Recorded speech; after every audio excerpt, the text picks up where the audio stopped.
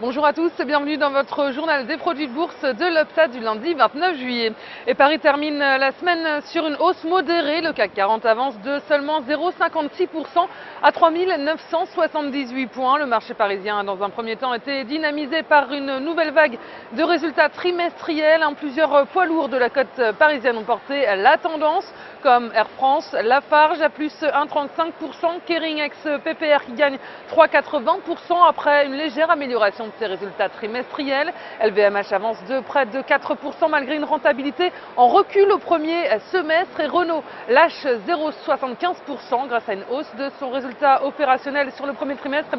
Le titre compense un marché de l'automobile européen en berne et Paris a ensuite réduit son avance dans le sillage de Wall Street qui a évolué dans le rouge toute la séance. Wall Street qui clôture cette dernière séance de la semaine sans grande direction. Le marché américain est resté orienté à la baisse toute la journée et c'était la dernière séance d'une semaine agitée. Les marchés marquent une pause après avoir aligné plusieurs records. Les investisseurs américains ont digéré plusieurs résultats d'entreprises relativement mitigés. Les résultats supérieurs aux attentes de la chaîne américaine de café Starbucks ont été très bien accueillis par le marché qui fait grimper le titre à 6,5%. Et à l'inverse, les résultats d'autres grands comptes se sont révélés nettement moins encourageants. Le leader mondial du commerce en ligne, Amazon, perd de 0,5% après des pertes nettes inattendues de 7 milliards de dollars sur le deuxième trimestre. Expedia aussi a déçu, le titre chute de 24%. Et la vedette du jour, c'était Activision Blizzard qui grimpe de 15%. L'éditeur de jeux vidéo, jusque la propriété du groupe Vivendi, va devenir indépendant après l'annonce de Vivendi de céder 85% de sa participation. Et les marchés sont nerveux à l'approche de la prochaine réunion du comité de politique monétaire de la Banque centrale américaine. Ils s'attendent à ce que la Fed rassure les marchés sur le maintien de sa politique monétaire accommodante. Et les opérateurs ont mis de côté la bonne statistique du jour vendredi dernier.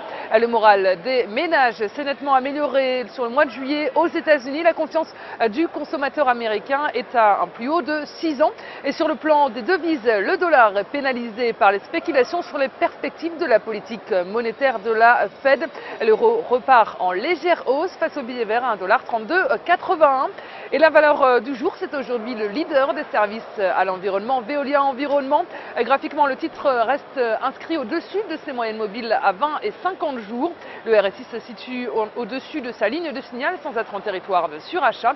Et son orientation milite pour la mise en place d'une nouvelle phase de hausse avec les 104 € comme première cible. Et le dépassement de ce niveau amènera le titre sur les 108 € avec une invalidation en dessous de 96,50 €.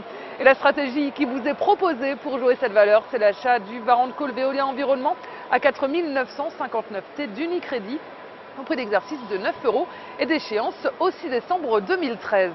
Voilà, c'est tout pour aujourd'hui. Passez une très bonne journée et à demain.